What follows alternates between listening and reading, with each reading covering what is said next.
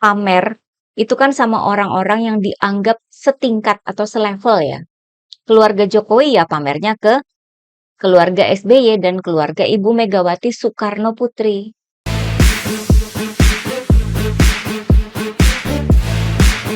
Hai teman-teman, jumpa lagi dengan saya, Nina Nur. Ketika ada candaan atau guyonan yang terucap secara spontan, biasanya di sanalah terungkap ya, kebenaran yang sejati. Oleh sebab itu, ketika diberitakan di media bahwa ada candaan spontan tercetus dari Erlangga terhadap Bahlil di IKN, kita pun jadi yakin bahwa candaan itu sebenarnya merupakan sindiran telak terhadap cawe-cawe Pak Jokowi. Pasca mundur dari jabatan Ketua Umum Partai Golkar, Erlangga dan menteri-menteri kabinet kan ke IKN ya, menghadiri sidang kabinet pertama di IKN. Di sana dalam momen yang santai, beberapa menteri ngumpul-ngumpul untuk foto-foto bareng. Lalu Bu Sri Mulyani minta Pak Erlangga duduk agar difoto sama wartawan. Erlangga pun duduk di samping Ibu Sri Mulyani. Kemudian Bahlil tiba-tiba mengambil kursi lain dan duduk juga. Rupanya kursi yang diambil dan diduduki oleh Bahlil ini sebelumnya diduduki oleh Kapolri Listio Sigit ya. Di momen itu Erlangga dengan spontan nyeletuk kursinya Pak Kapolri aja diambil sama Pak Bahlil katanya. Erlangga bilang begitu sambil nunjuk ke Bahlil. Disambut oleh tertawaan semua yang hadir di situ. Iya, itu memang bercandaan ya, tapi candaan itu sangat spontan. Erlangga kan pasti sudah menerima segala kondisi dan situasi yang bakal terjadi. Ya sudah, toh publik sudah paham.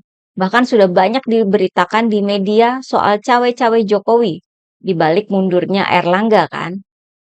Publik aja sudah pada tahu, apalagi para netizen yang sangat kritis ya.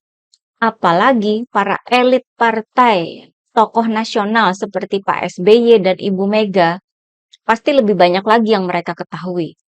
Bahkan levelnya kan itu sudah strategis ya, dengan kajian-kajian politik yang mendalam, bahwa Pak Jokowi ini menjalankan politik dinasti, dan banyak cawe-cawe demi melanggengkan kekuasaannya.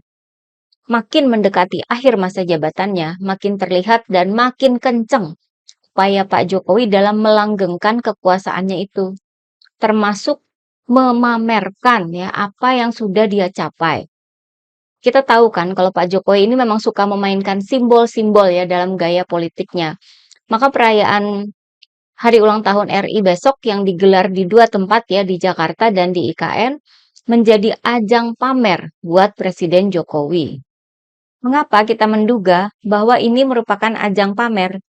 Karena Pak Jokowi itu mengundang para mantan presiden untuk mengikuti acara Hari Ulang Tahun RI yang di IKN. Sementara yang di Jakarta kan tetap ada. Yang di Jakarta ini dihadiri oleh Gibran, anaknya Pak Jokowi. Seakan mau bilang ke semua elit politik, ini loh, saya sudah berhasil meloloskan anak saya jadi wakil presiden. Memamerkan bahwa dinasti Jokowi tetap ada di pucuk pemerintahan. Walaupun Pak Jokowi sendiri sudah tidak lagi jadi presiden. Presiden Jokowi perlu kehadiran Pak SBY dan Ibu Mega sebagai penonton elit di momen itu untuk melegitimasi kemenangan politik dinastinya itu. Karena baik keluarga Pak SBY maupun Ibu Mega tidak pernah mencapai apa yang sudah dicapai oleh keluarga Jokowi kan. Pamer itu kan sama orang-orang yang dianggap setingkat atau selevel ya.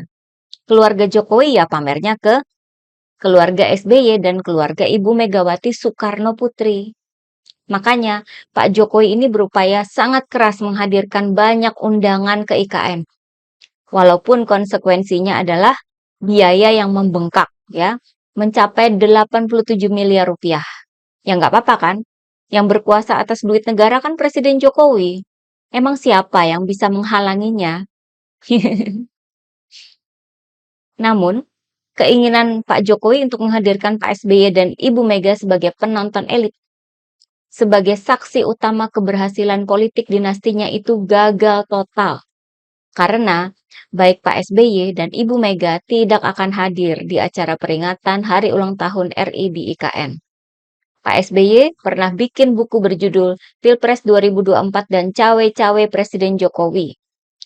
Walaupun kini anaknya dan Partai Demokrat bergabung di pemerintahan Presiden Jokowi, itu kan pilihan politik demi partai ya.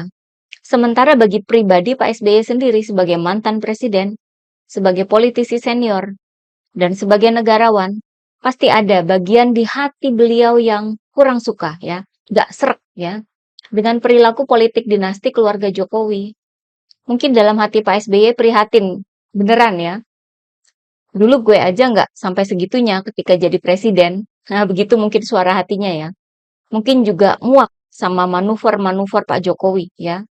Ya ogah lah, dijadikan penonton elit untuk melegitimasi politik dinasti, melegitimasi keberhasilan politik dinasti Presiden Jokowi. Pak SBY lebih memilih ke Pacitan, kampung halaman beliau. Sehingga Pak SBY juga tidak hadir di acara sidang tahunan MPR ya, di mana Presiden Jokowi berpidato hari ini.